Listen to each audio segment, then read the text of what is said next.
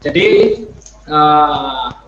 kalau perkenalan dulu, saya ini muridnya Pak Handoyo. Pak Handoyo itu adalah guru pesulap saya yang pertama kali. Karena Pak Handoyo, jadi saya suka sama sulap. Dulu waktu kecil saya nggak suka sama sulap, tapi saya suka sama sulap karena saya tahu, oh ternyata lewat sulap bisa memberitakan Injil. Nah, tema kita hari ini adalah For unto us a son is born. Saya ingin memainkan sulap, jadi di sini saya punya kertas putih, tidak ada tulisan sama sekali. Kemudian juga ada amplop warna coklat, dalamnya kosong. Nah, jadi kertas putih ini saya masukkan ke dalam amplopnya seperti ini. Kemudian saya tutup. Oke, nah, jadi sekarang saya mau ngajak Ibu Deborah. Dari Ibu Deborah yang kelihatannya juga paling semangat ya. Jadi saya ingin ngajak Ibu Deborah untuk bermain sebuah sulap bersama saya. Halo Bu Deborah, sudah bergabung, sudah di-unmute? Baik, siap. Terima kasih. Oke ya, Bu Deborah, karena ini kita dalam rangka perayaan Natal, jadi coba bayangin di depan matanya Ibu itu ada 4 benda yang berkaitan dengan Natal. Ada pohon Natal, ada Sinterklas, kemudian ada lilin, dan juga ada lonceng. Ya, ada 4 benda ya. Pohon Natal, Sinterklas, lilin, sama lonceng. Sudah ingat? Iya. Oke. Nah, dari 4 benda itu Bu Deborah boleh pilih 2 benda, bebas. Mau pilih benda apa aja? Oke. Nah, yang Ibu Deborah pilih apa? Pohon Natal sama Santa Claus. Pohon Natal sama Sinterklas. Oke, karena pohon Natal sama Sinterklas Ibu Deborah pilih, saya kasih ke Ibu, nanti tunggu dikirim sama kurirnya ke rumahnya Ibu ya, pohon Natal sama Sinterklasnya. Yang benar. Jadi sekarang siap. Yang tersisa yang kita pakai adalah lilin dan lonceng. Nah, dari lilin dan lonceng, Bu Deborah boleh bayangkan 1 benda aja. Mana yang Bu Deborah mau bayangin? Lilin atau lonceng? Oke, lonceng. Lonceng. Yep. Bu Deborah membayangkan lonceng ya. Oke, kalau gitu loncengnya saya ambil, saya kasih ke Bu Deborah juga. Nanti coba ditunggu aja kapan datangnya ya. Jadi yang tersisa di sini, yang di meja sini adalah lilin. Bu Deborah mengambil pohon Natal, Sinterklas, dan juga loncengnya Bu Deborah ambil. Yang Bu Deborah sisakan buat saya adalah lilin. Benar ya? Yap. Oke, nah, jadi tadi di sini kertasnya kosong. Nah, ternyata dia sudah membuat sebuah prediksi. Kertasnya itu menuliskan pada dirinya sendiri bahwa Bu Deborah itu akan memberikan kepada saya sebuah lilin. Coba ya, saya buka ya.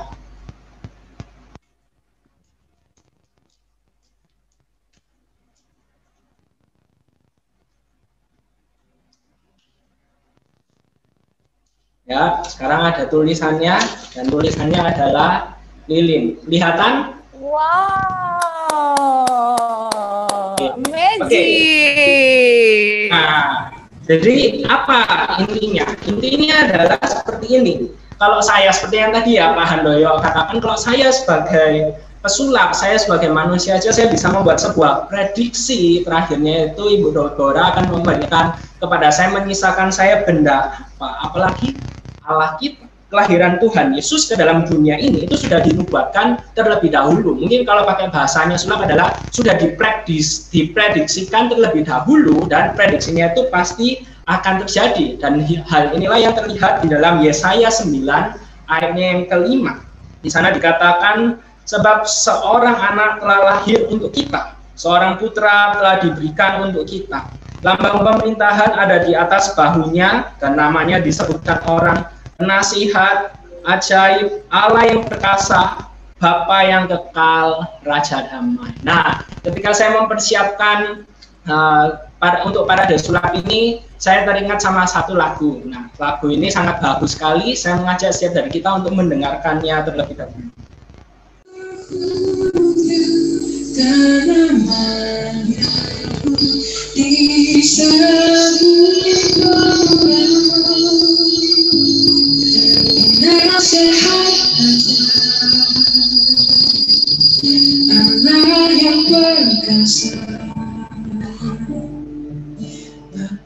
yang kekal, Raja sambutlah Dia, Yesus Tuhan, Juru Selamat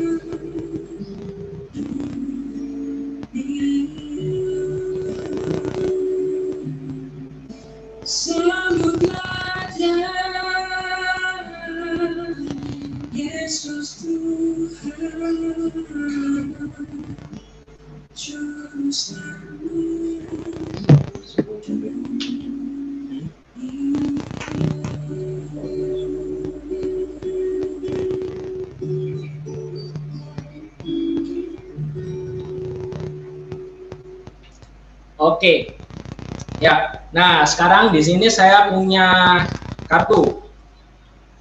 Saya akan bermain sebuah kartu di sini. Jadi saya main sebuah kartu. Nah, saya mau ngajak yang lainnya. Mungkin Bu Deborah boleh lagi ikut bermain dengan saya, tapi mungkin ada satu penonton yang lainnya yang mau ikut bermain bersama-sama dengan saya juga boleh. Siapa yang mau, boleh langsung di unmute.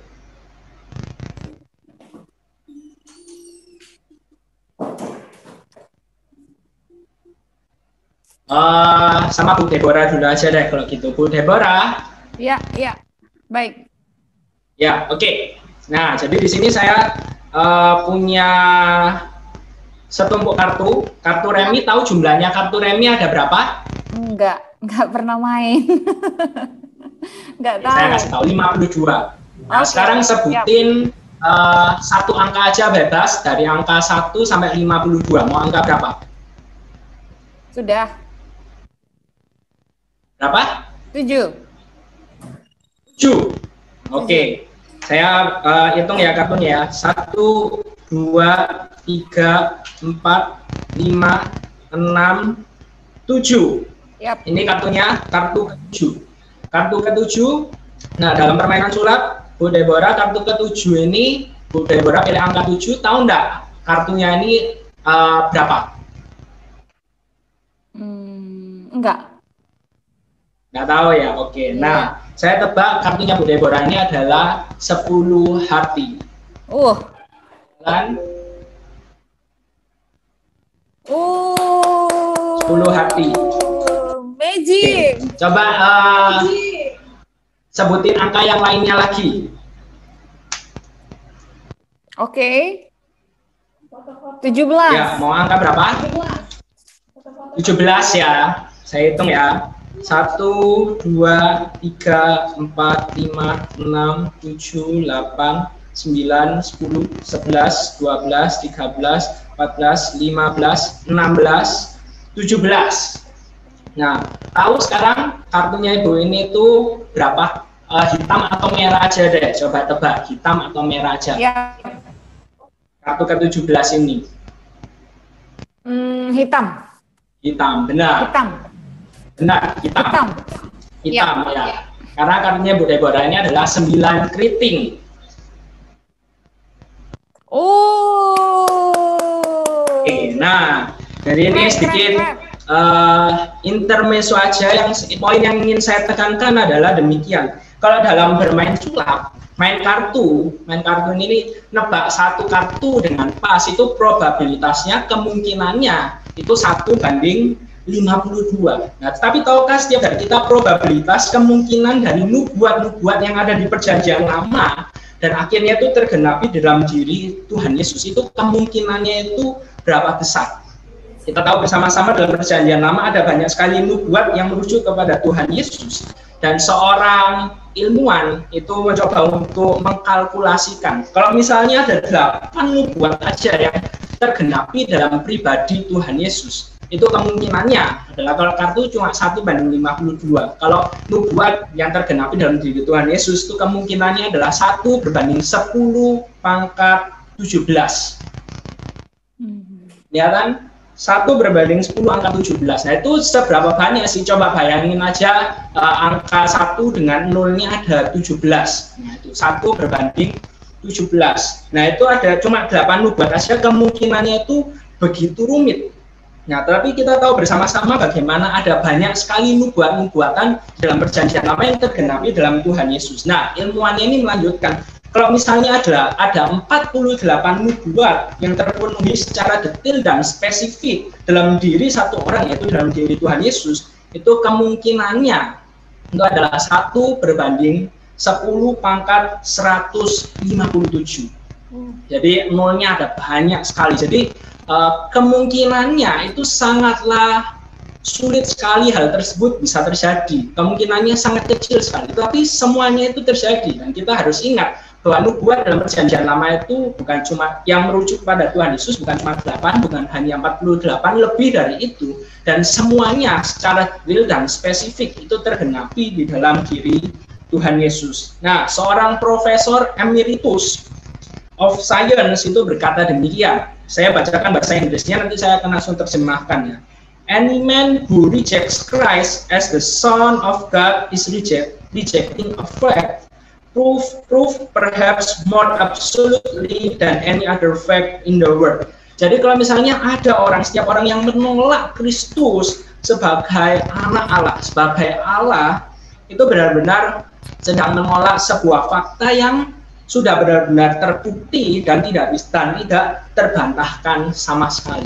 Jadi kita percaya kita memiliki Allah, kita memiliki juru selamat yang selalu beserta dengan setiap dari kita, yang setiap tahun kita rayakan dalam perayaan Natal. Itu adalah benar-benar ada, bukan hanya cerita fiksi, tapi ini adalah benar-benar ada, dan Allah yang lahir, Allah yang menebus hidup kita, yang mengampuni dosa-dosa kita, itu adalah Allah yang beserta dengan setiap hari kita. Nah, tapi pertanyaannya, ketika kita sudah melihat semuanya ini, secara pengetahuan kita tahu, oke, berarti Kristus ini itu bukan hanya kepercayaan saja, tapi ya benar-benar ada, didukung oleh fakta yang sangat kuat. Pertanyaannya adalah, kenapa penting sekali buat setiap dari kita ini itu percaya kepada Yesus Kristus sebagai Allah dan Juru Selamat dalam hidup setiap dari kita?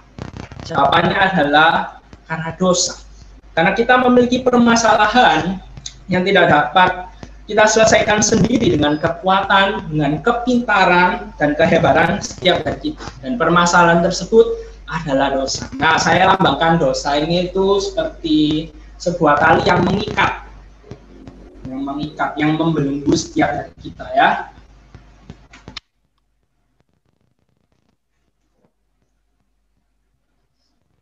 tali yang sekuat-kuatnya aja, nggak apa-apa.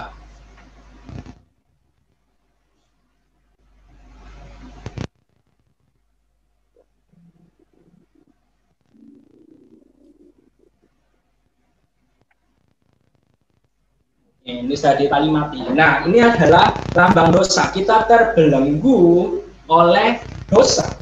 Nah, setiap manusia yang lahir ke dalam dunia ini itu adalah manusia yang berdosa. Kita tahu bersama-sama firman Tuhan mengatakan bahwa hukuman dosa itu adalah maut, kematian kita.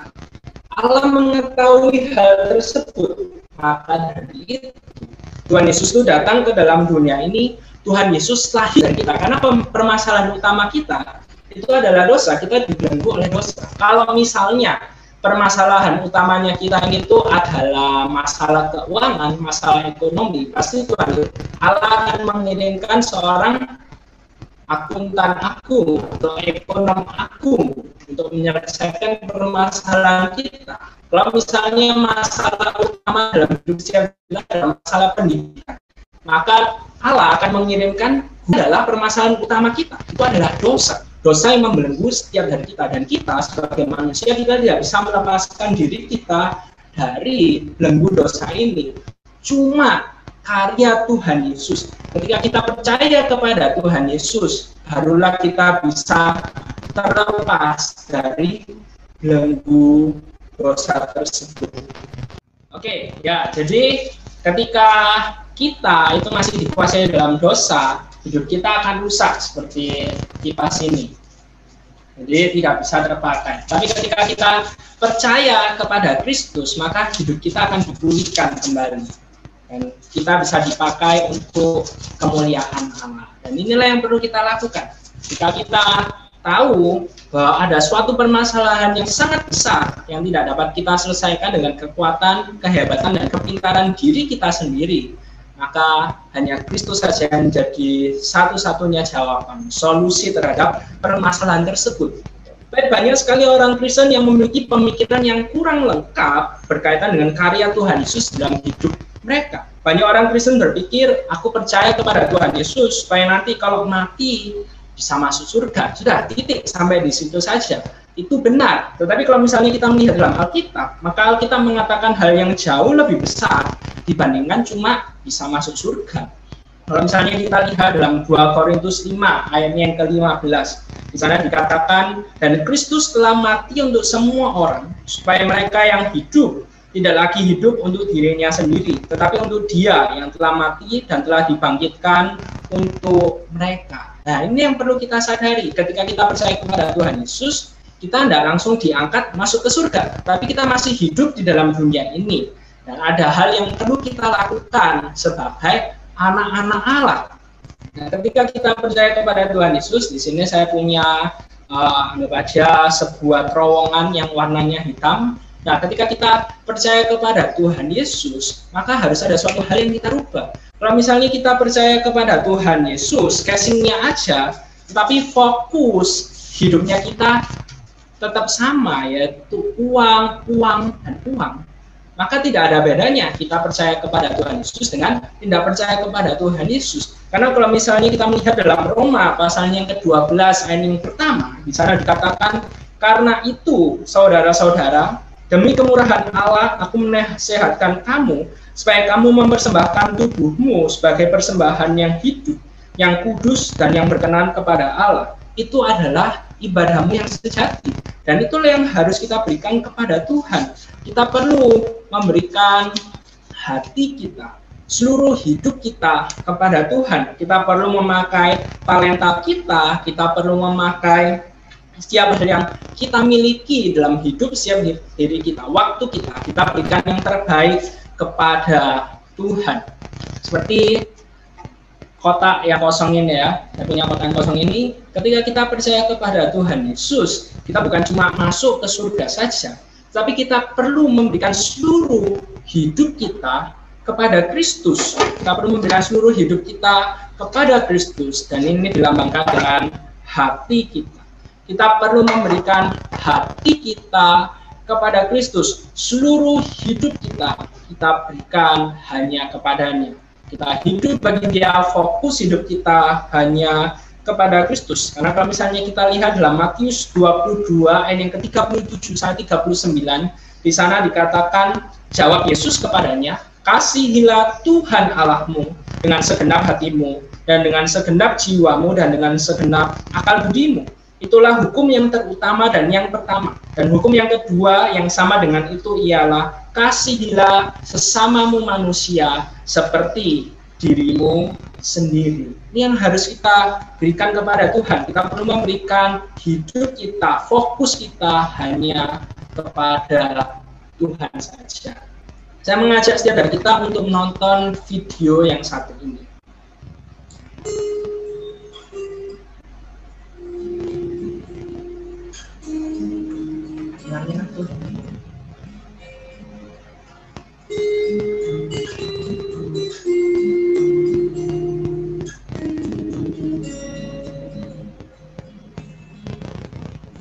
Your face is beautiful, and your eyes are like stone. Beautiful hands that feel you. They're inside the sky. Your loving arms, they draw me near, and your smile, it brings me peace. Draw me closer, oh my Lord. Draw me closer, Lord, today. Captivate us, Lord Jesus. Set our eyes on you. Devastate us, presence falling down. A rushing river, draw us nearer. Holy fountain, consume us with you. Captivate us, Lord Jesus, with you.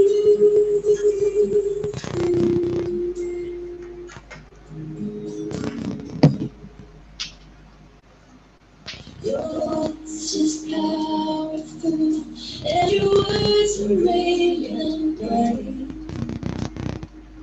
In your breath and shadow, I will come closer and abide.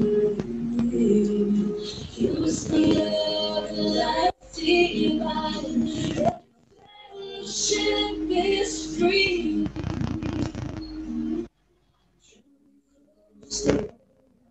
Draw me closer, Lord, to thee. Captivate us, oh Jesus. Set our eyes on you. Devastate us with your presence falling down.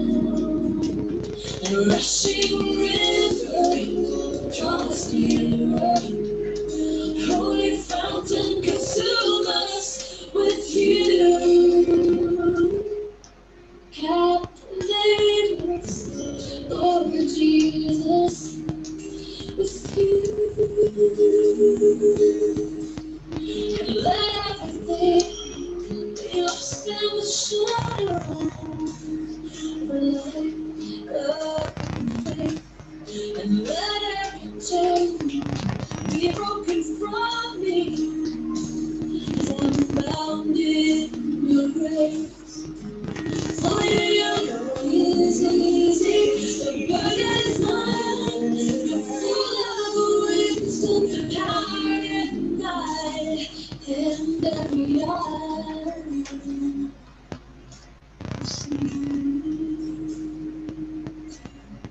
captivate us, oh Jesus.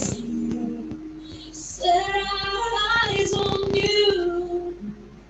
Devastate us with your presence falling down. A rushing river, draw us nearer. Holy fountain, consume us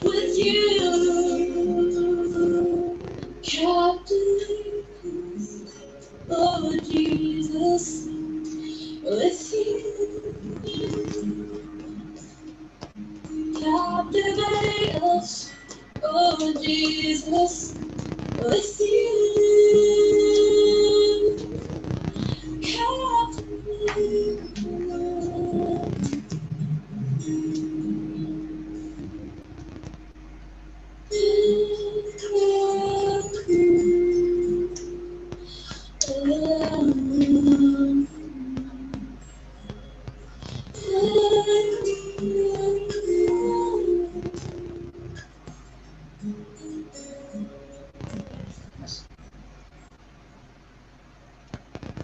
Ya, video tadi sebagai pengingat buat setiap hari kita.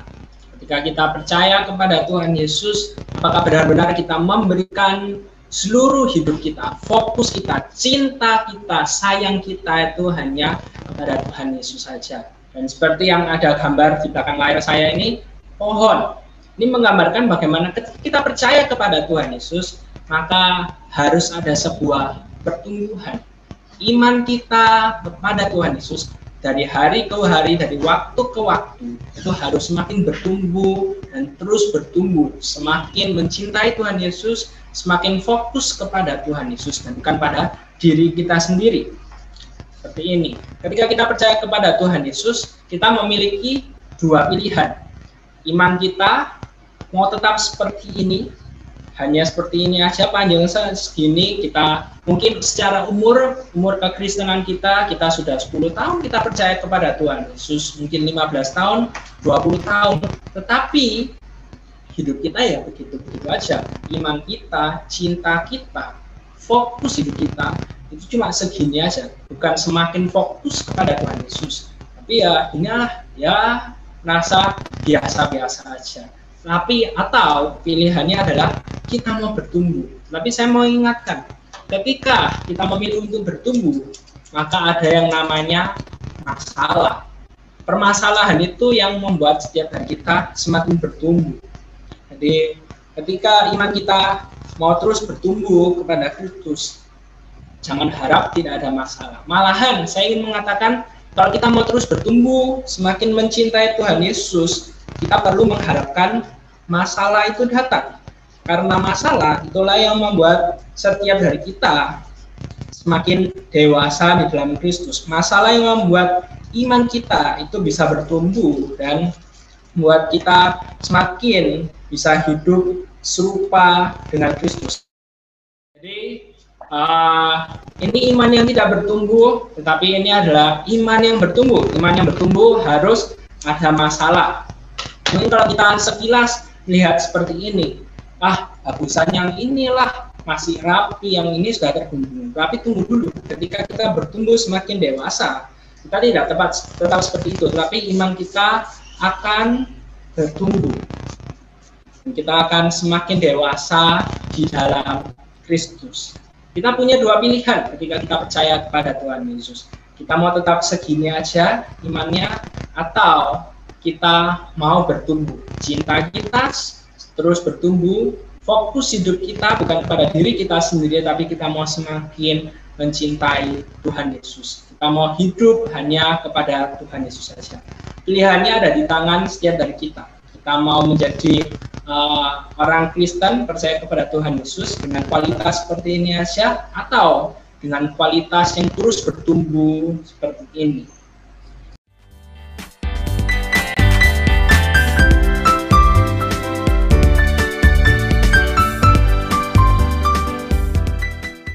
Kita bersyukur jika hari ini kita ini tuh bisa merayakan Natal. Jika tahun ini kita bisa merayakan Natal, karena memang setiap tahun kita pasti merayakan Natal, tapi ya kita tahu bersama-sama bagaimana Natal tahun ini tuh terasa berbeda dari Natal-Natal yang sebelumnya. Nah, saya ingin bertanya, ngomong-ngomong kalau misalnya kita merayakan Natal, sebenarnya apa sih yang kita rayakan itu? Nah, ada yang bilang biasanya saya kalau lihat jemaat saya gitu di Instagramnya, ya dalam masa pandemi ini, tapi mereka ada yang liburan, mereka menikmati liburan, mereka pergi ke Bali dan lain sebagainya, atau mungkin juga ada yang memikirkan Natal itu sama dengan libur panjang, libur tahun baru, mudik, pulang, kayak gitu. Tapi tahun ini kita merayakan Natal secara berbeda. Nah, ada orang yang mengatakan Natal itu nggak bisa dirayakan biasa-biasa aja. Kalau kosongan seperti ini nggak bisa. Natal nggak bisa dirayakan seperti itu. Harus ada yang spesial. Maka dari itu ada yang bilang kalau Natal itu harus dirayakan dengan makan-makan. Nggak bisa kalau cuma diem-diem aja di rumah. Makan, mungkin ini saya punya Yupi pizza, tapi mungkin ada yang suka makan pizza. Jadi makan pizza 1 porsi nggak cukup, butuh 2 porsi. Ya bolehlah makan pizza 2 porsi. Terus habis itu mungkin ada yang suka snack, makan snack. Ya Natal harus dirayakan dengan makan makanan yang enak lah. Masa cuma nggak kemana-mana, cuma di rumah. Ya kalau sudah cuma di rumah ya harus dirayakan dengan hal-hal yang lainnya. Atau mungkin juga ada yang berbilang, ya kalau Natal kita harus pergilah, naik pesawat lah, pergi liburan. Ini saya ada printkan boarding pass. Gitu. Jadi liburan, Natal itu seperti itu. Tapi kita lihat bersama-sama bagaimana tahun ini kita tidak bisa melakukan semuanya itu dengan bebas. Dalam masa pandemi seperti ini ada banyak sekali hal-hal yang tahun-tahun sebelumnya kita bisa lakukan ketika kita merayakan Natal. Biasanya kalau saya pelayanan di gereja Natal tanggal 15, 16 ketika saya sama guru-guru sekolah minggu memikirkan tuh acara Natal tahun ini seperti apa, terus harus mikirin tanggalnya yang pas gimana ini, karena kalau terlalu awal terlalu jauh, tapi kalau terlalu dekat dengan tanggal 25 banyak anak-anak yang sudah diajak liburan sama orang tuanya, nanti acaranya jadi sepi. Tapi tahun ini bisa lewat Zoom, mau dimanapun bisa merayakan Natal. Tapi apa sih yang sebenarnya kita rayakan ketika kita merayakan Natal? Nah, sebenarnya ketika kita merayakan Natal, kita ini tuh merayakan kasih. Kasihnya siapa? Kita merayakan kasihnya Tuhan buat setiap dari kita. Jadi Natal itu bukan tentang makan ya, kita makan, kita liburan, tapi sebenarnya Natal ini itu tentang kelahiran Tuhan Yesus. Dan hari ini kita sama-sama merayakan bagaimana joy to the world. Natal adalah tentang kabar sukacita yang Tuhan berikan buat setiap dari kita. Apa itu? Tuhan Yesus lahir ke dalam dunia ini. Nah, kalau misalnya saya tanya kepada setiap dari kita semuanya, saya percaya setiap dari kita yang ada di tempat ini mau untuk bersukacita. Kalau misalnya saya tanya, mau enggak sih kita ini tuh bersukacita dalam hidup ini? Saya yakin jawabannya mau.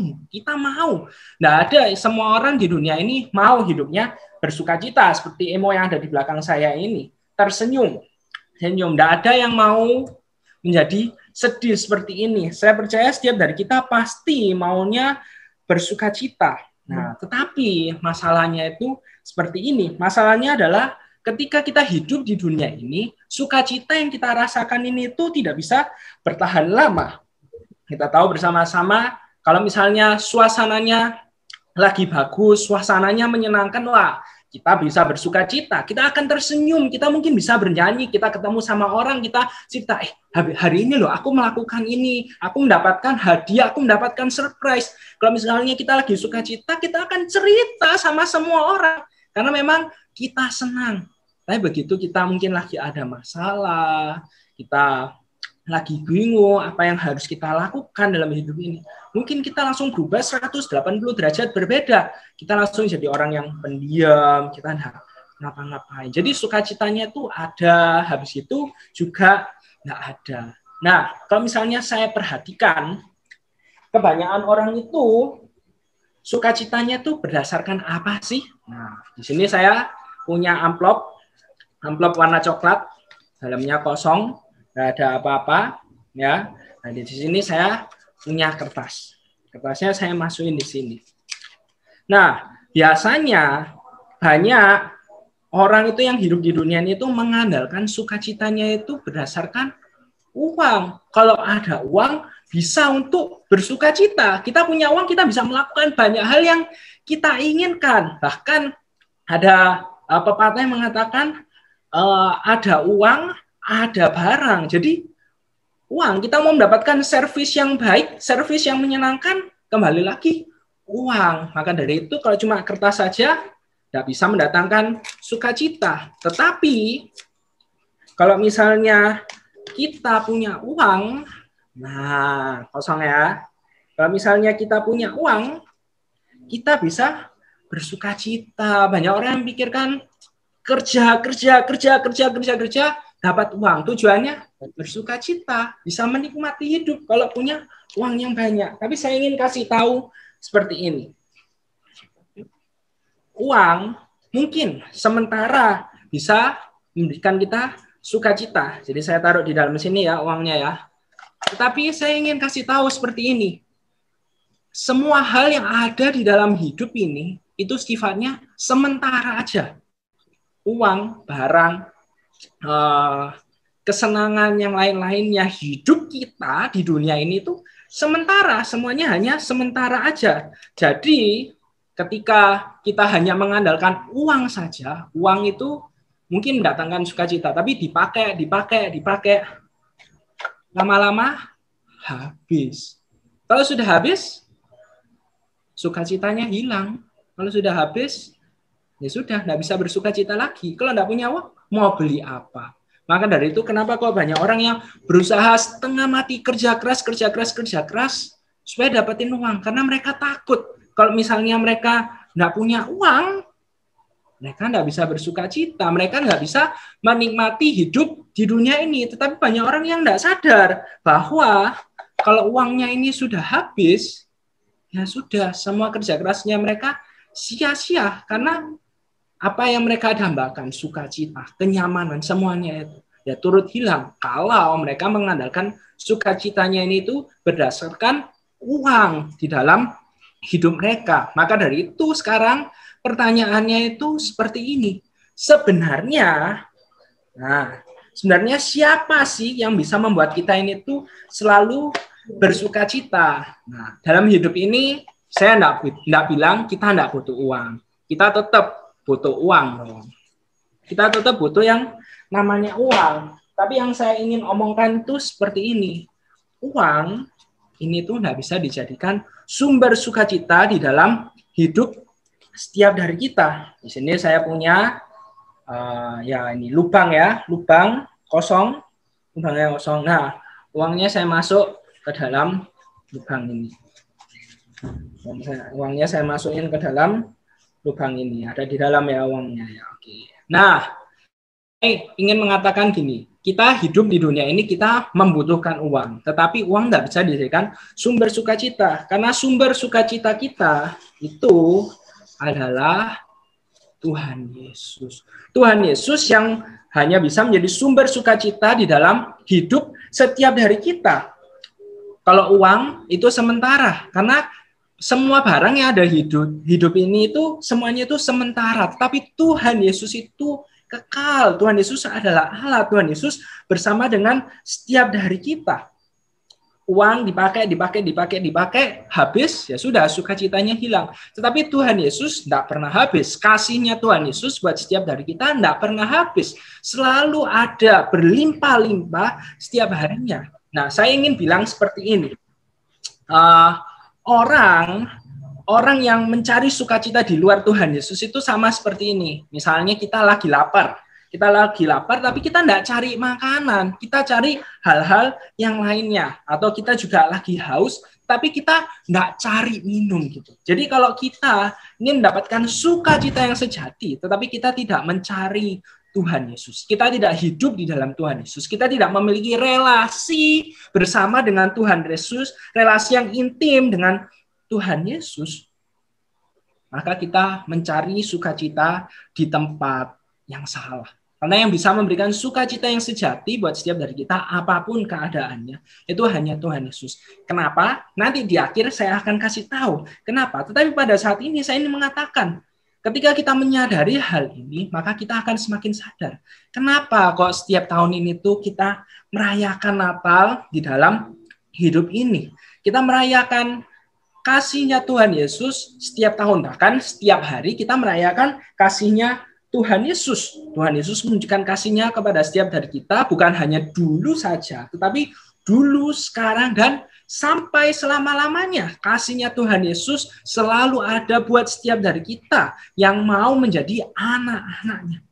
kita bisa melihat bersama-sama di kisah Natal bagaimana Tuhan Yesus ini itu karena sangat sayang kepada setiap dari kita, ia mau lahir di dalam palungan. Semua rumah pada waktu itu sudah penuh, akhirnya Tuhan Yesus lahir di dalam palungan. Palungan tempat yang tidak menyenangkan, tempat yang bau, tempat yang kotor. Kita kalau misalnya pergi ke satu tempat yang kotor aja, kita nggak mau. Kayak gitu. Beberapa waktu yang lalu, saya pergi bersama dengan guru sekolah minggu saya, terus di Surabaya lagi hujan pada waktu itu.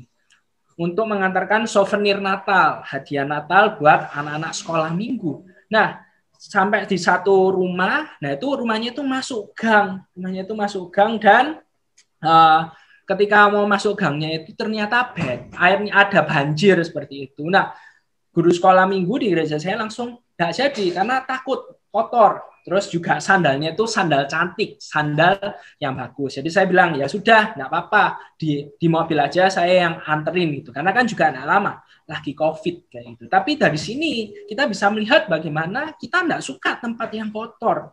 Kalau rumah kita kotor, kita juga nggak betah. Kita maunya tempat yang bersih, tempat yang wangi kayak gitu. Tapi Tuhan Yesus karena kasih-Nya yang begitu besar buat setiap dari kita, Tuhan Yesus mau datang ke dalam dunia ini. Nah, pertanyaannya kenapa sih kok Tuhan Yesus itu perlu sampai datang ke dalam dunia ini? Nah, kita kembali lagi apa yang dikatakan oleh firman Tuhan.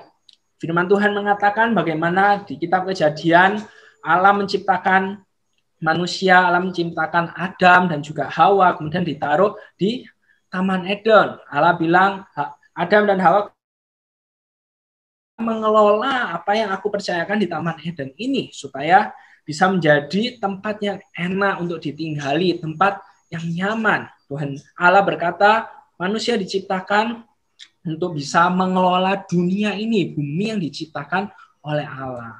Nah, di dalam Taman Eden itu dikatakan ada banyak sekali pohon, buah-buahnya boleh dimakan, kita boleh makan buah-buah yang ada di Taman Eden itu, Adam dan Hawa boleh. Tapi cuma satu aja yang tidak boleh dimakan, yaitu buah dari pohon pengetahuan yang baik dan jahat. Nah, kalau misalnya kita lihat lanjutannya, dikatakan ular itu binatang yang paling cerdik. Nah, pada waktu itu iblis dalam wujud ular datang dan menggoda Hawa, berkata, semua pohon di taman ini kan buahnya tidak boleh dimakan toh. Nah, kemudian Hawa bilang, enggak, boleh, cuma satu aja yang tidak boleh dimakan. Kalau aku menyentuhnya aja aku juga bakalan mati. Tapi ular itu bilang, enggak, Allah itu tahu kalau kamu makan buah itu, kamu bisa menjadi sama seperti Allah. Nah, ketika Hawa mendengarkan itu, Hawa berpikir-pikir sampai akhirnya Hawa melanggar perintah Allah. Di sini kita bisa melihat bagaimana akhirnya Hawa itu mengambil buah pengetahuan yang baik dan jahat itu dan akhirnya makan. Kemudian dikasih juga ke Adam dan Adam juga memakan buah tersebut dan akhirnya manusia jatuh ke dalam dosa, manusia tidak taat kepada perintah Allah. Dan akhirnya ketika kita melihat semuanya ini, kita harus sadar bahwa semua manusia, kita, saya, teman-teman, rekan-rekan semuanya lahir ke dalam dunia ini sebagai manusia yang berdosa. Ketika kita lahir ke dalam dunia ini itu kita lahir sebagai manusia yang berdosa. Tetapi seperti ini, ada orang yang berkata, enggak, ketika manusia ini tuh lahir ke dalam dunia ini, ketika masih bayi pertama kali lahir, nah bayi tersebut itu masih suci, belum berdosa. Bayi tersebut itu masih suci dan belum berdosa seperti ini nih. Contoh ini kosong, belum berdosa, bayi tersebut belum melakukan dosa sama sekali di dalam hidup mereka. Tapi firman Tuhan tidak berkata demikian. Firman Tuhan mengatakan dengan jelas bahwa setiap manusia yang lahir ke dalam dunia ini itu bisa berdosa, adalah manusia yang berdosa. Nanti kita akan lihat ayatnya. Tetapi apa buktinya? Nah, karena ada yang berkata kosong kan, bayi ini itu tidak berdosa, belum melakukan dosa sama sekali. Tapi kalau misalnya kita lihat dalam kehidupan kita, seorang anak kecil itu tidak perlu diajarin untuk memukul. Tidak perlu diajarin untuk memukul, sudah bisa memukul. Kalau marah, langsung pukul. Maka dari itu orang tua enggak pernah bilang, kok bisa ya mengucapkan terima kasih? Enggak pernah bilang gitu. Pernahnya seringnya adalah kalau sudah dikasih bilang apa? Terima kasih. Manusia berdosa sulit untuk bersyukur. Tapi kalau diajarin untuk mengeluh, untuk marah-marah, enggak perlu diajarin. Semua manusia bisa melakukan semuanya itu, apalagi malas. Enggak perlu diajarin. Manusia suka kok malas, berleha-leha. Mencuri, enggak perlu diajarin, bisa mencuri kayak gitu.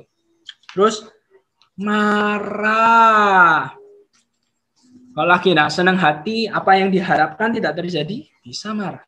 Anak kecil enggak perlu diajarin untuk berbohong, bisa berbohong. Nah, semuanya ini menunjukkan kepada setiap dari kita, ya, itu contohnya aja tadi, setiap dari kita bahwa kita ini tuh adalah manusia yang berdosa. Semua manusia yang lahir ke dalam dunia ini itu adalah manusia yang berdosa. Dan yang lebih menakutkan lagi adalah dosa itu membuat manusia terpisah dari Allah. Ada jurang yang begitu besar antara manusia dengan Allah, dan manusia tidak bisa melewati jurang yang besar itu. Nah, kita akan lihat bersama-sama apa sih akibat dosa di dalam hidup setiap dari kita. Nah, kita bisa melihat bagaimana manusia itu terpisah dari Allah. Manusia harus mendapatkan hukuman kekal. Nanti akan kita melihat manusia, dan ini kita bisa melihat bagaimana manusia itu selalu untuk memilih menjauhi Allah. Nah, di sini saya punya dua gantungan baju. Nah, saya ingin bilang seperti ini. Kalau ini Allah, ya, ini adalah manusia seperti ini. Nah, ketika manusia itu berdosa, Allah mau mendekat, manusianya pasti menjauh. Manusia berdosa tidak pernah bisa hidup berdekatan dengan Allah. Ketika Adam dan Hawa ada di Taman Eden, relasinya itu dekat seperti ini. Kemana-mana, selalu bisa ngobrol-ngobrol dengan dekat, dengan intim. Tapi ketika manusia berdosa, relasinya langsung menjadi jauh. Allah mendekat, manusianya menjauh. Manusia mau mendekat, tidak berani. Allahnya sih tidak menjauh, tapi manusianya yang tidak berani mendekat kepada Allah. Kenapa kok seperti itu?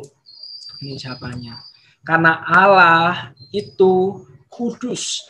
Karena Allah itu kudus, sehingga akhirnya manusia yang berdosa tidak bisa hidup bersama-sama dengan Allah. Mereka harus terpisah dari Allah. Manusia yang berdosa tidak pernah bisa datang ke hadirat Allah yang kudus. Kalau misalnya kita lihat cerita bangsa Israel, manusia yang berdosa itu ketika melanggar perintah Allah itu langsung dihanguskan, langsung mendapatkan hukuman, dan begitu mengerikannya kekudusan Allah itu. Nah, ada orang yang bilang seperti ini, oke, kalau begitu aku akan berusaha untuk bisa mendekat kepada Allah. Gimana caranya? Ada orang yang bilang seperti ini. Nah, ini nih, dosa sama pahalamu ini tuh harus ditimbang. Mana sih? Kalau misalnya pahalamu lebih berat, jadi pahalanya itu lebih banyak, perbuatan baikmu itu lebih banyak, nah kamu pasti bisa masuk surga. Kamu pasti bisa datang kepada Allah. Tetapi kalau misalnya dosamu ini yang lebih berat daripada perbuatan baikmu, ya sorry aja ya, kamu tidak bisa masuk ke dalam surga. Kamu tidak bisa memiliki relasi yang dekat dengan Allah. Jadi ada orang-orang yang seperti ini bilang dalam hidup ini itu ada dosa kecil, terus ada dosa yang sedengan, tapi ada dosa yang panjang, yang sangat berat sekali. Nah, kalau kamu misalnya dalam hidup ini dosamu segini-segini aja, kecil-kecil aja, tapi perbuatan baikmu tuh banyak, panjang kayak gini, nah, kamu bisa kok. Kalau kamu mau, kamu melakukan semuanya itu, kamu bisa hidup bersama dengan Allah. Kamu bisa masuk surga, hidup bersama-sama dengan Allah. Surga adalah tempat di mana Allah berada. Tetapi bukan itu yang dikatakan oleh firman Tuhan. Firman Tuhan berkata bahwa Sebab upah dosa ialah maut. Semua dosa, tidak peduli itu kecil, besar, sedang, semua dosa upahnya ialah maut. Semua manusia yang berdosa itu harus masuk ke dalam neraka. Nah, ini saya kasih tunjuk ya. Jadi ada orang yang bilang ada dosa kecil, dosanya yang pendek, ada dosa yang sedang. Tapi kalau misalnya kita lihat dalam firman Tuhan, semua dosa di mata Allah ini itu sama, tidak ada kecil, tidak ada yang besar, semuanya itu sama. Samanya apa? Mau dosamu seberapapun, karena kamu berdosa, kamu harus mendapatkan hukuman yang kekal. Seseorang yang belum percaya kepada Tuhan Yesus, bahkan yang dosa, yang mereka merasa aku tidak banyak melakukan kejahatan kok, tetapi karena mereka adalah manusia yang berdosa, mereka tetap harus mendapatkan hukuman kekal. Firman Tuhan berkata bahwa dosa itu tidak bisa hidup bersama-sama dengan Allah. Nah, dalam Roma 3 ayat yang ke-23 di sana dikatakan demikian. Karena semua orang telah berbuat dosa dan telah kehilangan kemuliaan Allah. Jadi di sini saya punya tali, saya punya gunting. Nah, ketika Allah menciptakan manusia pertama kali ini itu utuh seperti tali ini. Tetapi ketika dosa masuk, ini merusak manusia. Firman Tuhan mengatakan bahwa telah kehilangan kemuliaan Allah. Jadi di sini talinya saya gunting-gunting.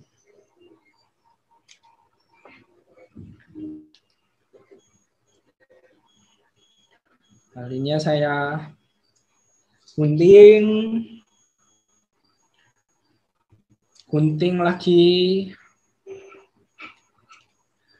lagi. Oke, terakhir. Oke, ya. Nah, jadi talinya saya gunting-gunting. Nah, dosa ini membuat manusia ini itu menjadi rusak seperti ini, dan manusia harus mendapatkan hukuman kekal dari Allah. Nah, ketika kita melihat semuanya ini, kita patut bertanya, kita patut bingung, karena kita tidak tahu gimana caranya terlepas dari permasalahan dosa ini. Nah, dalam firman Tuhan, kita pasti tahu akan kisah perumpamaan yang Tuhan Yesus ceritakan ini, yaitu perumpamaan tentang domba yang hilang. Bagaimana ada seorang gembala, ini gembalanya punya 100 domba. Nah, suatu saat ketika dia menghitung domba-dombanya, dihitung semuanya. Loh, kok kurang 1 domba-dombanya? Domba-dombaku kok kurang 1? Biasanya ada 100, tapi ini kok kurang 1.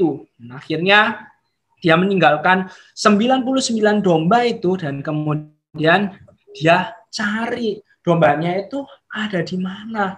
Sampai ketika dia mencari, dan akhirnya wah, ketemu. Dombanya ketemu, ternyata ada di sini.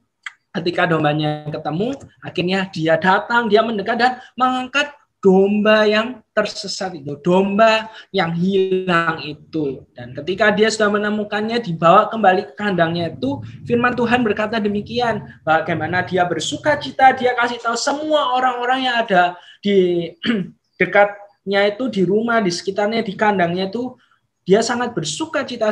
Dombanya yang hilang itu telah ditemukan, meskipun cuma 1 aja. Dan firman Tuhan berkata demikian, aku berkata kepadamu, demikian juga akan ada sukacita di surga karena 1 orang berdosa yang bertobat, lebih daripada sukacita karena 99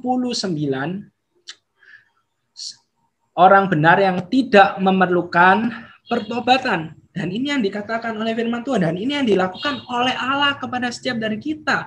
Natal ini kita merayakan Tuhan Yesus yang adalah Allah, dia mau datang ke dalam dunia ini. Di Roma 3 ini ke-23 mengatakan sebab semua orang telah berdosa dan telah kehilangan kemuliaan Allah. Tapi kita bersyukur ayatnya itu tidak berhenti cuma sampai di situ aja. Di ayat yang ke-24 dikatakan bagaimana dan oleh kasih karunia telah dibenarkan dengan cuma-cuma karena penebusan dalam Kristus Yesus. Kita bersyukur karena kita yang tadinya bingung gimana ini caranya bisa terlepas dari permasalahan dosa di dalam hidup ini. Semuanya diselesaikan oleh Yesus Kristus. Penebusan Tuhan Yesus itu adalah solusi terhadap permasalahan dosa setiap dari kita. Yang tadinya terpisah dari Allah, ada jurang yang sangat besar antara manusia dan Allah. Itu akhirnya dihubungkan dengan karya Tuhan Yesus. Tuhan Yesus lahir ke dalam dunia ini bukan untuk bersenang-senang, tapi Tuhan Yesus nanti akan mati di atas kayu salib, menebus setiap dari kita, mengampuni dosa-dosa kita. Dan ketika Tuhan Yesus mengampuni dosa-dosa kita, ini saya tunjukkan lagi kosong. Ini tadi tali-tali yang sudah digunting, saya masukkan. Nah, ketika Kristus menebus hidup setiap dari kita, yang tadinya rusak, nah, talinya disempurnakan kembali. Bukan karena siapa kita, tetapi karena karya Kristus. Kosong ya. Karena karya Kristus itu memulihkan manusia yang sudah berdosa, yang sebelumnya rusak karena dosa, kondisinya itu dipulihkan kembali. Dan bukan hanya itu aja. Kalau misalnya kita melihat gambar ini, relasi manusia dengan Allah itu dipersatukan kembali. Nah, lihat nih ya. Karena tadi kan manusia berdosa dan juga Allah itu tidak bisa dekat, pasti selalu berjauhan. Manusia selalu memilih menjauhi Allah sampai tidak kelihatan sama sekali seperti ini. Tetapi ketika Kristus datang ke dalam dunia ini, Kristus mempersatukan manusia berdosa dengan Allah. Seperti ini ya.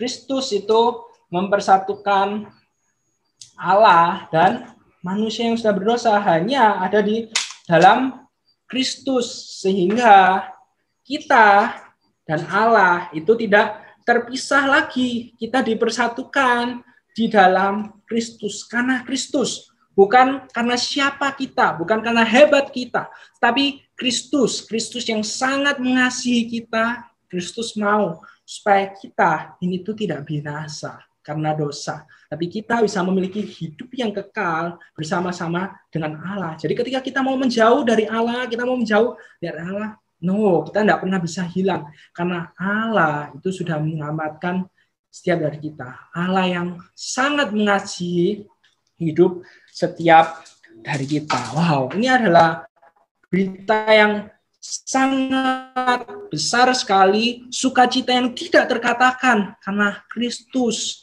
yang adalah Allah itu mau datang ke dalam dunia ini. Dan ini yang dikatakan oleh firman Tuhan dalam Yohanes 3 ini yang ke-16. Karena begitu besar kasih Allah akan dunia ini, sehingga ia telah mengaruniakan anaknya yang tunggal, supaya setiap orang yang percaya kepadanya tidak binasa, melainkan beroleh hidup yang kekal. Kemudian di ayat Yohanes 1 ayat yang ke-12, di sana dikatakan, tetapi semua orang yang menerima Kristus diberinya kuasa supaya menjadi anak-anak Allah, yaitu mereka yang percaya dalam nama-Nya. Firman Tuhan mengatakan ketika kita percaya kepada Tuhan Yesus, maka kita diangkat menjadi anak-anak Allah. Yang dulunya kita adalah musuh-musuh Allah. Kita manusia berdosa, kita adalah musuh-musuh Allah. Statusnya kita tuh ketika kita percaya kepada Kristus langsung diubahkan dalam sekejap. Musuh Allah menjadi anak-anak Allah. Nah, tapi pertanyaannya, apa sih artinya kita percaya kepada Tuhan Yesus? Ketika kita bilang, aku percaya kepada Tuhan Yesus, apa itu artinya? Nah, saya punya cerita. Jadi ceritanya ada seorang pemain akrobat yang sangat hebat sekali. Pemain akrobatnya itu jago banget. Kemudian dia ingin memecahkan suatu rekor dunia pada waktu itu. Dia ingin berjalan di atas tali besi yang kecil sekali, tapi melewati air terjun yang sangat besar, bahkan terbesar di dunia ini, yaitu air terjun Niagara. Akhirnya dia mengatur semuanya, dan akhirnya pertunjukan pun tiba.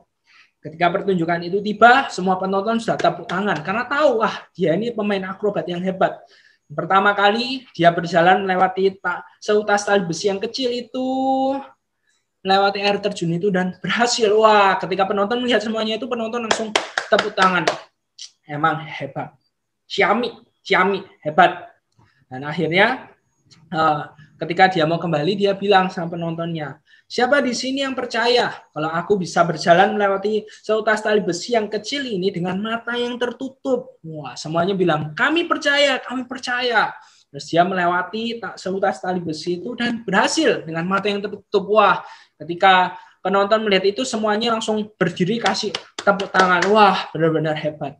Dipikirnya pertunjukannya udah selesai sampai di situ aja, tapi pemain akrobatnya itu bilang, saya masih ada satu lagi. Siapa di sini yang percaya bahwa saya bisa berjalan di atas seutas tali besi yang kecil ini dengan mata yang tertutup dan ada orang yang saya gendong? Semuanya bilang, kami percaya, kami percaya. Nah, ketika semua penontonnya bilang seperti itu, dia langsung tanya, oke, kalau gitu siapa yang berani untuk saya gendong? Wah, ketika dia tanya seperti itu, semua penontonnya langsung diam. Nggak ada yang berani menyerahkan diri untuk digendong sama pemain akrobat ini. Nah, ketika semuanya itu diam, akhirnya ada satu anak yang angkat tangan. Aku percaya, aku mau untuk digendong.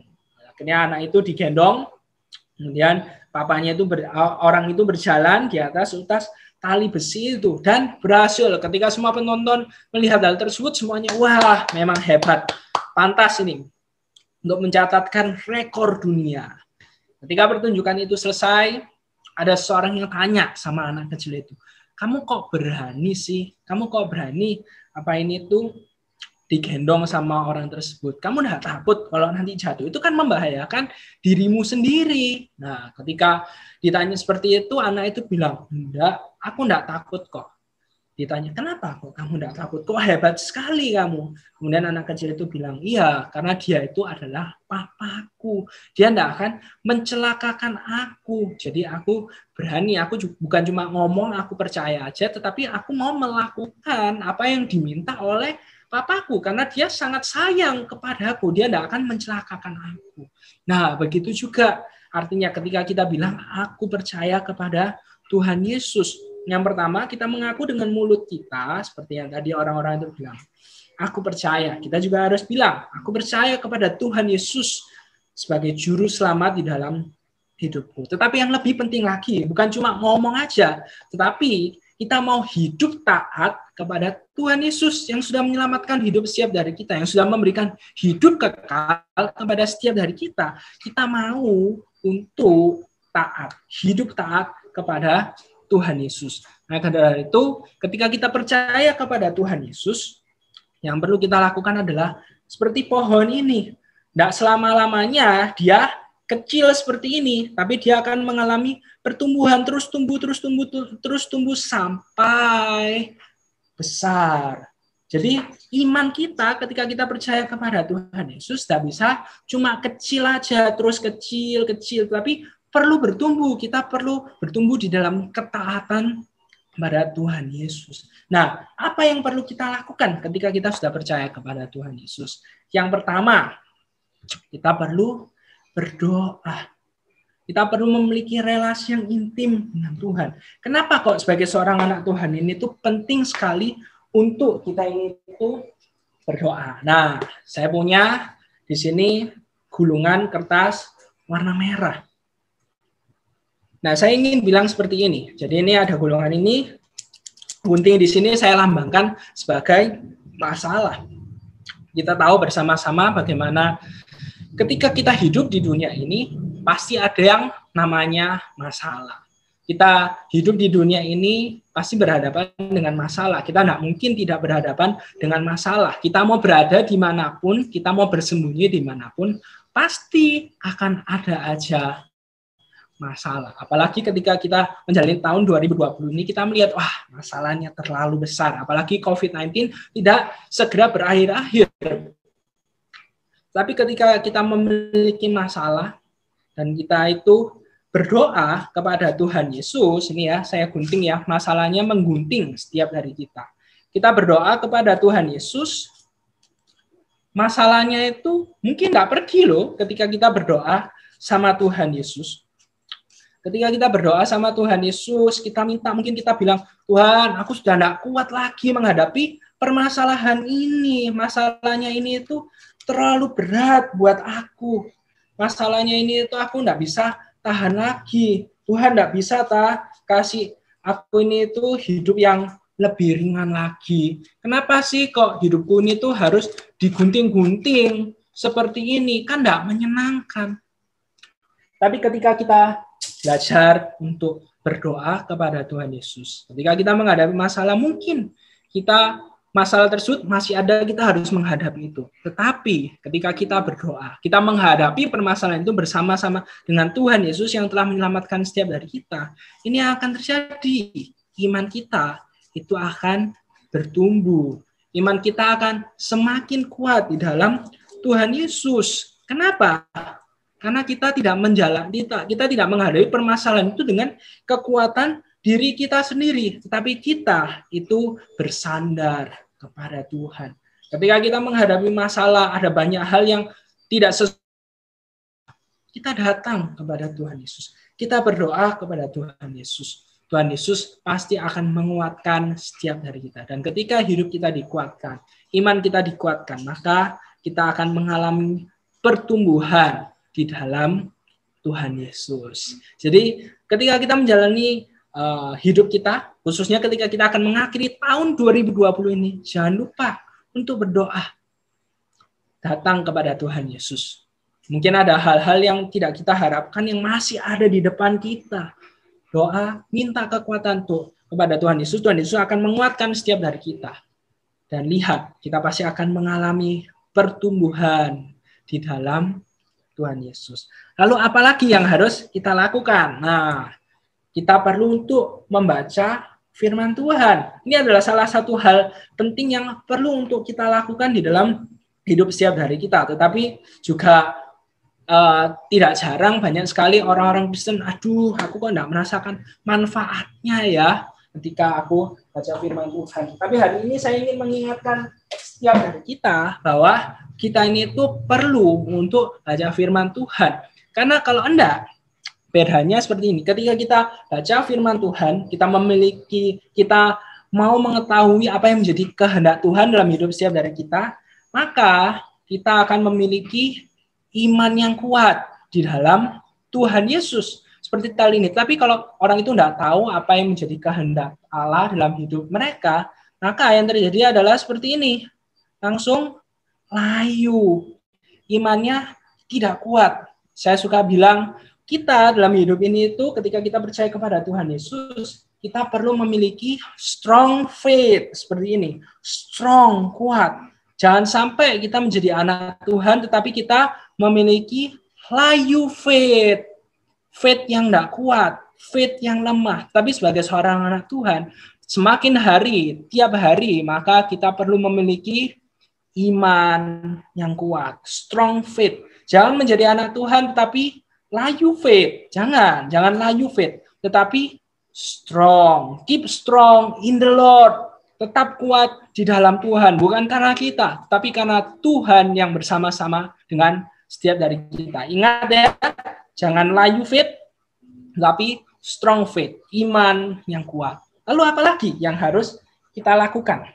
Nah, ini salah satu aspek yang sangat penting sekali, yaitu kita bersekutu dengan sesama orang percaya. Tadi Pak Soyu mengatakan bahwa kita adalah satu tubuh Kristus. Jadi kita saling membutuhkan satu dengan yang lainnya. Kalau Rasul Paulus mengatakan dalam 1 Korintus, kepala adalah Kristus, pemimpin dari tubuh ini itu adalah Kristus. Kita ini bagian-bagiannya aja. Mungkin kita cuma tangan, kita hidung, kita cuma telinga, kita cuma mulut, kita cuma mata, kita cuma bahkan kaki mungkin kayak gitu. Tapi kita bagian dari satu tubuh Kristus. Maka dari itu kita harus bersatu di dalam persekutuan sesama orang percaya.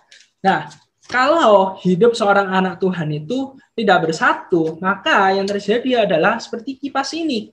Mereka akan terpecah-pecah satu dengan yang lainnya. Terpecah-pecah satu dengan yang lainnya. Dan tidak berfungsi sebagaimana seharusnya. Kalau misalnya kipas, ini ya berfungsi. Harus bisa dipakai untuk kipasin seperti ini.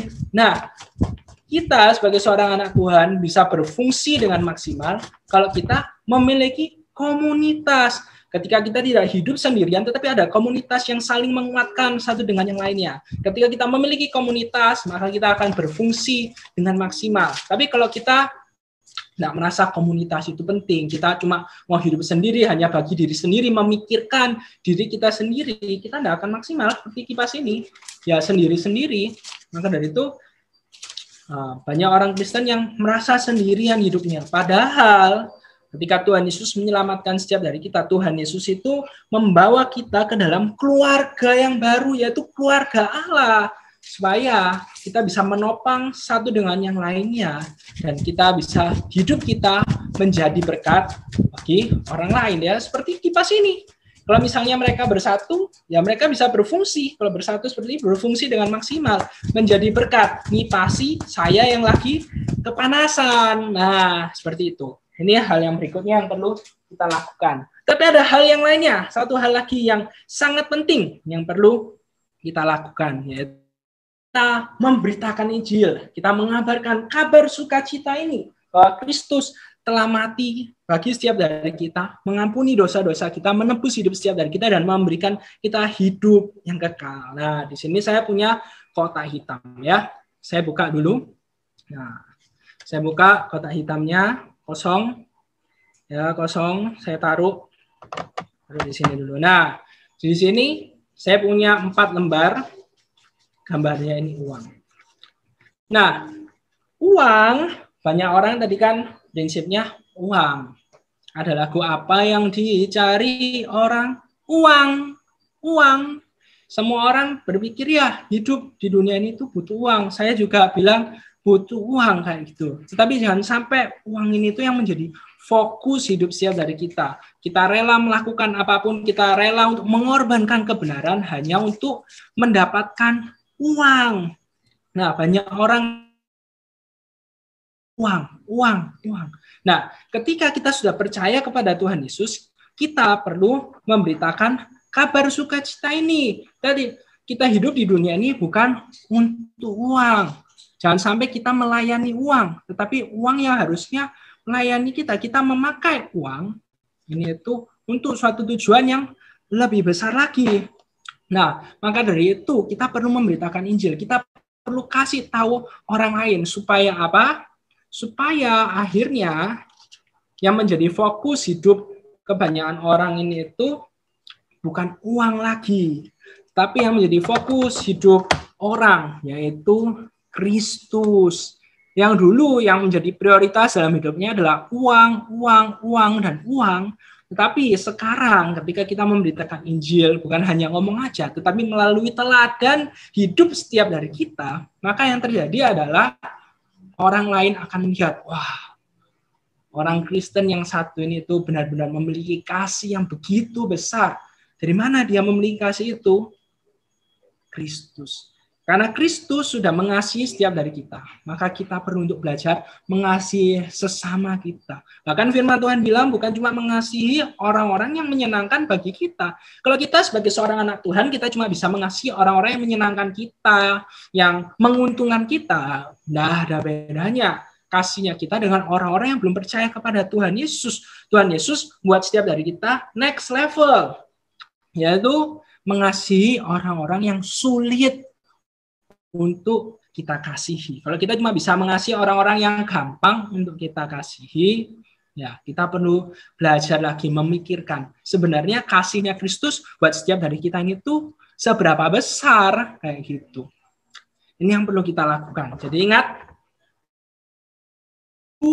seperti pohon tadi, tidak selamanya kecil, kerdil, tapi terus bertumbuh, dan semakin besar. Berdoa. Jangan lupa kita untuk berdoa. Kemudian baca firman Tuhan. Bersekutu dengan sesama orang percaya. Dan akhirnya kita perlu untuk memberitakan kabar baik ini. Kabar sukacita ini. Seperti yang saya bilang di awal, tema hari ini adalah Joy to the World. Kabar sukacita buat setiap dari kita. Nah, saya untuk mengakhiri, saya punya satu alat sulap. Saya bilang seperti ini. Dulu sebelum kita percaya kepada Tuhan Yesus, hidup kita ini tuh kosong seperti ini. Kosong. Gelap di dalamnya. Kita tidak memiliki apa-apa. Ini di dalamnya ini juga kosong. Kosong ya, tidak ada apa-apa. Nah, karena kita memiliki hidup yang kosong, jadi akhirnya kita mengandalkan hal-hal di luar kita supaya kita bisa mendapatkan sukacita. Salah satunya tadi, yaitu uang. Uang. 100.000. Tapi kan tadi saya sudah bilang, uang 100.000 dipakai terus-menerus, lama-lama juga habis. Oke, ada orang bilang, oke lah, 100.000 memang kecil. Tambahin lagi. Tambahin lagi dengan 100.000 lagi. Jadi 200.000. Gimana ayo dengan 200.000? Kan bisa toh sukacitanya lebih tahan lama. Tapi balik lagi, yaitu habis. Kalau habis sukacitamu, kamu tidak memiliki sukacita lagi. Apalagi sekarang sudah toh, tidak ada toh, kosong. Di sini juga kosong, tidak ada apa-apa lagi. Mungkin ada orang yang tidak terima. Orang itu bilang, oke, aku akan kerja keras lagi. 200.000 tidak cukup. Oke, aku lipat gandakan. Aku akan kerja keras lagi dan akhirnya aku akan mendapatkan 100.000, 300.000. Habis itu aku akan kerja lagi dan aku akan mendapatkan 400.000. Gimana kalau dengan 400.000? Sudah banyak ini, 400.000 aku bisa beli banyak makanan, aku bisa bersukacita di dalam hidup ini. Tetapi sekali lagi, saya ingin mengatakan sukacita dari dunia ini semuanya itu sifatnya sementara aja. Lihat ini ya, uangnya dipakai dan terus dipakai, lama-lama juga uangnya sudah habis, ya sudah, kita tidak punya sukacita lagi. Nah, ini perbedaannya. Kalau orang-orang yang belum percaya kepada Tuhan Yesus mengandalkan hal-hal yang ada di dunia ini, sukacitanya sementara aja. Tapi setiap dari kita itu berbeda. Dulu hidup kita kosong, kita belum percaya kepada Tuhan Yesus, hidup kita kosong seperti ini. Tetapi setelah kita percaya kepada Tuhan Yesus, kita menerima Kristus sebagai juru selamat dalam hidup setiap dari kita, berbeda. Karena kita memiliki Kristus. Karena Kristus hidup bersama-sama dengan kita. Kristus tidak pernah meninggalkan setiap dari kita. Lihat gambar ini. Kenapa saya pilih gambar ini? Firman Tuhan bilang, Tuhan Yesus itu adalah gembala yang baik. Gembala yang baik tidak akan meninggalkan domba-dombanya. Gembala yang baik mengenal nama dari dombanya itu satu persatu. Tuhan Yesus mengenal setiap dari kita. Tuhan Yesus sangat sayang kepada setiap dari kita. Tuhan Yesus tidak akan pernah meninggalkan setiap dari kita. Nah, ini yang menjadi sukacita kita. Apapun kondisi setiap dari kita, senang, suka, duka, tapi ketika kita sadar bahwa Kristus itu hidup, Kristus itu tinggal bersama-sama dengan kita. Kristus tidak meninggalkan kita. Kristus beserta dengan kita. Maka dalam kondisi apapun, kita bisa merasakan sukacita itu. Sukacita yang begitu besar, sukacita yang sangat melimpah ruah dalam hidup setiap dari kita. Sehingga akhirnya yang dulunya ini ya, gambar nih, mukanya cemberut seperti ini. Nah, yang dulunya mungkin cemberut, tapi ketika sudah menerima Kristus, yang terjadi adalah seperti ini. Menjadi tersenyum, memiliki sukacita. Yang dulunya cemberut, sekarang bisa bersukacita di dalam Kristus. Bukan karena kekuatan dirinya sendiri, tetapi karena Kristus yang sudah mengasihi dirinya, yang sudah menyelamatkan hidupnya, menebus hidupnya, dan mengampuni dosa-dosanya. Dan biarlah Natal tahun ini, meskipun kita merayakannya dengan suasana yang sangat berbeda dari tahun-tahun yang sebelumnya, mungkin tahun-tahun sebelumnya banyak yang pergi ke sana, pergi ke mall, pergi liburan, mendapatkan banyak hadiah. Tahun ini mungkin kita tidak bisa melakukan itu. Tetapi biarlah kabar kelahiran Tuhan Yesus ini membawa sukacita yang begitu besar buat setiap dari kita. Saya berharap ketika kita akan mengakhiri tahun 2020 ini, sekarang 27, 28, 29, 30, 31. Jumat depan itu sudah 1 Januari. Biarlah ketika kita mengakhiri tahun 2020, kita menyongsong tahun 2021. Saya berharap Kristus menjadi sumber sukacita kita. Bukan salah satunya, tapi satu-satunya yang membuat setiap dari kita bisa terus bersukacita di dalam hidup ini. Amin. Tuhan Yesus memberkati setiap dari kita.